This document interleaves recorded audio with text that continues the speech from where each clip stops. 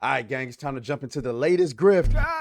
Okay, we got to talk about Thomas Mahler again. So we recently talked about Thomas Mahler as he went and absolutely obliterated a couple of journalists, fake developers, and things like that. But we got some new information from Thomas Mahler. And the reason why this information is so important is because as we've continued to fight this Gamergate war and we've continued to have these discussions when you got guys like the Mighty Cuck trying to discredit us, you got the CD Projekt Red CEO trying to tell, Endymion that he's full of shit despite being caught in a lie. It is awesome to have actual developers in the industry not only confirming that the things that we are talking about in our videos are real, but also pretty much being a Gamergator their damn selves. You know what I'm saying? So we got to talk about it. Let's go ahead and get into it after the drop. Mama, I remember we would sleep on that floor. Cardboard box had the tape down. All right, so listen, asses are being taken, guys. Asses are being taken in ways that nobody can explain. I'm just saying, asses are being taken, okay? The industry just continues to unfold in a way. Gamers are dancing on graves. Chris Kendrick was fired. Kim Belair is on stage at the XOXO festival crying. Oh, gee. Games are flopping. Concord is trying to make a comeback just to flop again. You know what I'm saying? The best games of the year are not being nominated for actual game of the year.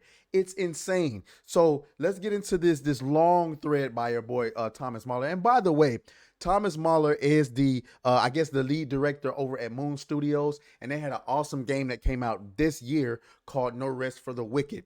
It is a Souls-like game, but think of it with like Ori, an Ori aesthetic to it. Amazing game. I plan on getting back into it, and I hope that after watching this video, you guys might consider playing it. So let's get into what Mr. Mahler had to say. He goes, I am still every now and then getting questions on whether we force DEI stuff into the games we're making. So let me make it clear once and for all. He goes, absolutely not. I find the entire approach perverted. Say it again. I'm an artist. I would rather quit than have someone else tell me how we should do our art. That would make a mockery out of everything I believe in. Don DeMarco. Let's continue. I've been very outspoken on how I feel about consulting, and I still very strongly feel that if people haven't lived the process and don't have to think about the issues at hand 24/7, they will always deliver worse work than those who do. That is everything we've been saying. The crux of our argument is not about the surface level. Oh, there's a female character there. Oh, there's a black character. No, it's a symptom of a larger disease. It tells us that the people who are working on these games are not actually focusing on delivering us the best product. They're trying to check boxes, which it is our belief that cripples the creative process. And that's why we are so against DEI. Let this man cook, goddammit. Let him cook. When it comes to the stories we're telling, I always approach it from a human angle first and foremost and let the story tell me where it needs to go. This is absolutely. As a writer myself, just because I'm black does not mean every single character I write is going to be black. I have many stories that I've written or in the process of writing that has nothing, there's no black people in it.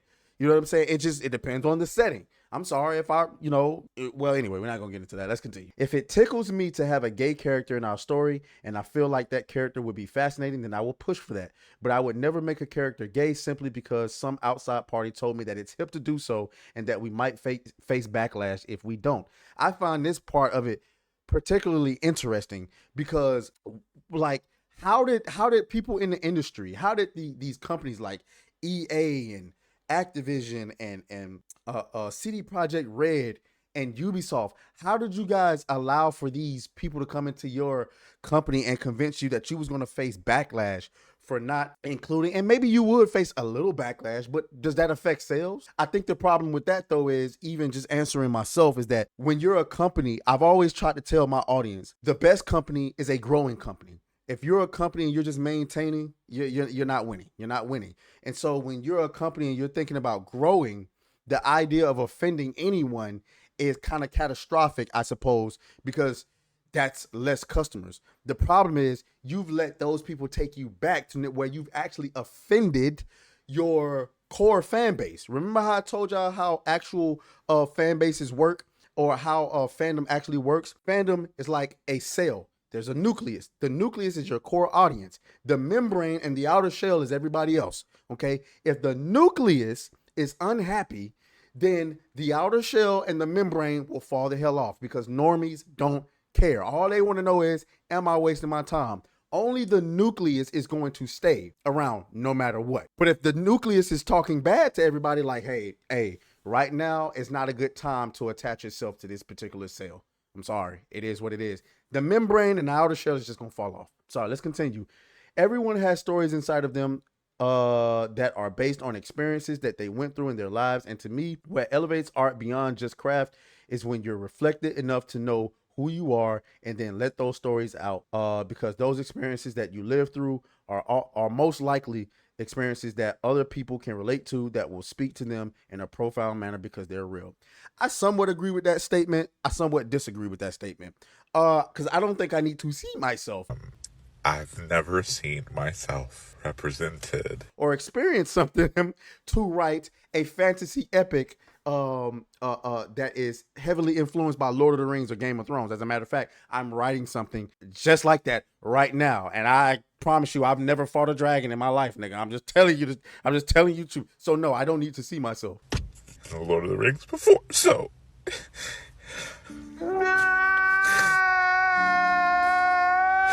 is awesome, because I've never seen myself. Ori and the Blind Forest in many ways.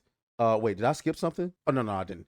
Ori and the Blind Forest in many ways was about me reflecting on what it was like to see my father dying of cancer when I was 10 and being grateful to my mom. Wisp, on the other hand, was written when we all started to have kids in the studio and imagining what it would be like to have a kid with a disability. I wrote the draft of No Rest for The Wicked quite some time ago, and that also came from a very specific place. I hope that clarifies it for everybody. I've had to learn the hard way what it means to be an artist, and I never let anyone take that away from me. Don DeMarco again. Don DeMarco. You can't say it no better than that. And while Alyssa Mercante and Ash Paris and, you know, what's the girl named Kim Belair, shout out to that wagon. Nah, I want to fuck some. Are over there seething. This is how art should go. And y'all can't stop it. And you three faggots aren't going to stop me. I'm just giving it a bean. Shout out to Savvy, who responded to him. Thank you for sharing your words.